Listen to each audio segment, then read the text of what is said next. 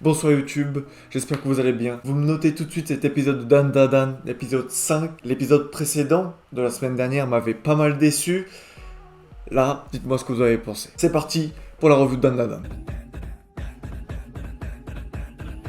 Cet épisode, j'ai pas l'impression que je vais faire une revue très longue parce qu'il n'y a pas énormément de choses à dire. Ça a été un épisode un peu style tranche de vie. Le trois quarts de l'épisode, on voit en fait les conséquences entre les deux personnages de l'événement qui vient de se passer. Le fait qu'il avait perdu ses parties génitales, le fait qu'elle ait appris que les extraterrestres existent et qu'il ait appris que les fantômes existent.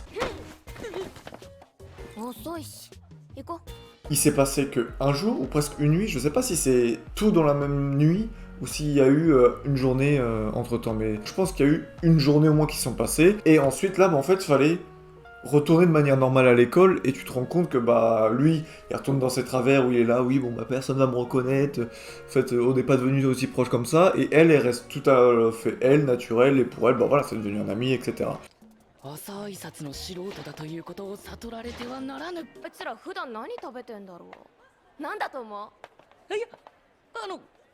Donc on voit un peu cette relation, on voit qu'ils se cherchent, littéralement se cherchent dans le sens du terme, où elle lui parle, il est pas en capacité de lui répondre, mais il est heureux de ça, de voir qu'elle est toujours présente et qu'elle le considère comme un ami.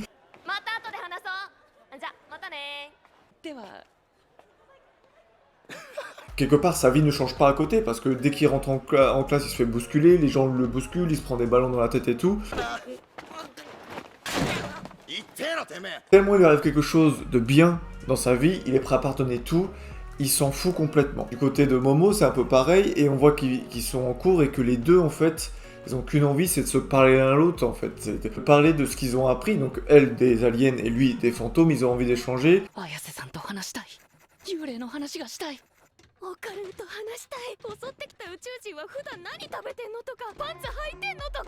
Lui il se rend compte qu'il était trop stressé, il n'arrivait pas à lui parler. Juste derrière, ils vont, pendant la pause du midi, essayer de se chercher. C'est un peu ce jeu où ils font que de se croiser, etc. Donc une petite tranche de vie romance, qui moi, personnellement, j'adore. Avec une animation dynamique, pour une tranche de vie où on réutilise pas les mêmes plans, c'est pas figé.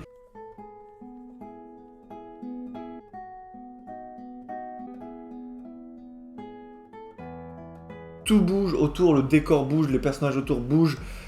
C'est très bien fait, on retrouve aussi des couleurs pétantes qui m'avaient un peu manqué, le ciel est bien bleu, les fringues de Momo sont bien, elles sont roses, voilà, peps. On voit après que voilà, ils arrivent pas à se trouver, ils sont chacun sur un banc, ils sont là un peu en train de se faire des films chacun dans leur tête.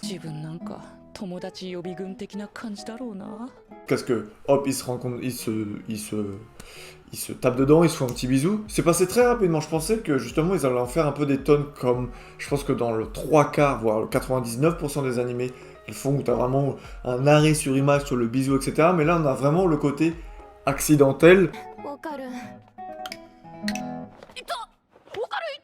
Et les amis de Momo qui notifient et tout. Et en fait, ils arrivent à devenir à peu près naturels comme on les a connus au début, dès qu'ils doivent se charrier l'un l'autre.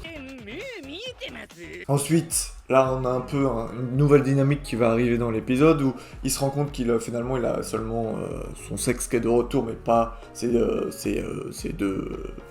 testicules, c'est de boules, comme ils appellent ça. Il va essayer d'aller chercher Momo et ils vont se dire des choses très... En tout cas, Momo va être très méchante envers lui. Il fait en fait, t'as honte de moi, t'as honte de notre amitié.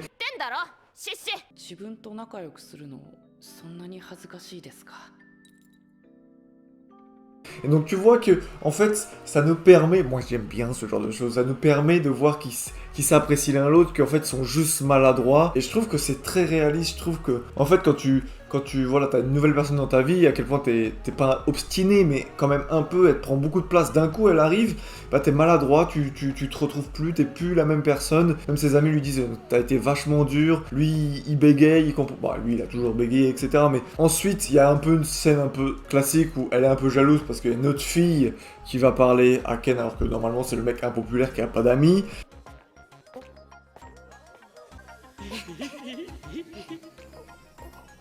Et en fait, cette fille, elle se moque de Ken, donc lui, elle va se venger, et du coup, c'est de cette manière-là qu'ils se réconcilient.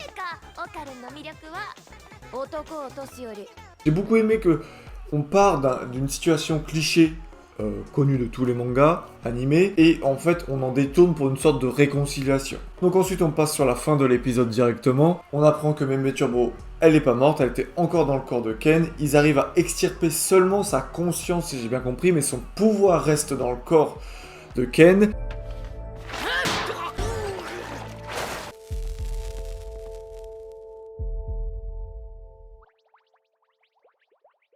Et donc on comprend la situation où en fait elle avait ses boules, elle les a perdues au moment de la transformation. Il y a beaucoup d'informations qui sont... Bah c'est pas des informations, des explications qui sont pas tirées par les cheveux, mais ça se fait très vite. Oui alors moi j'ai pu aller dans son corps parce qu'au dernier moment, au moment où j'allais me désintégrer, je me suis transféré.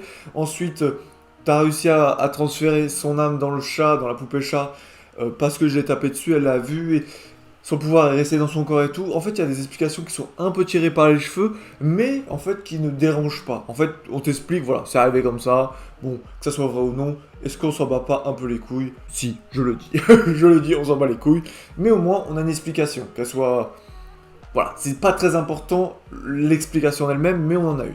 Et donc, ça nous amorce ce qui va se passer prochainement. On va aller à la recherche de ces deux boules. On a le deal comme quoi, au moment où il retrouve ces deux boules, il va rendre le pouvoir à la mémé. Et voilà, ils ont trouvé un terrain d'entente.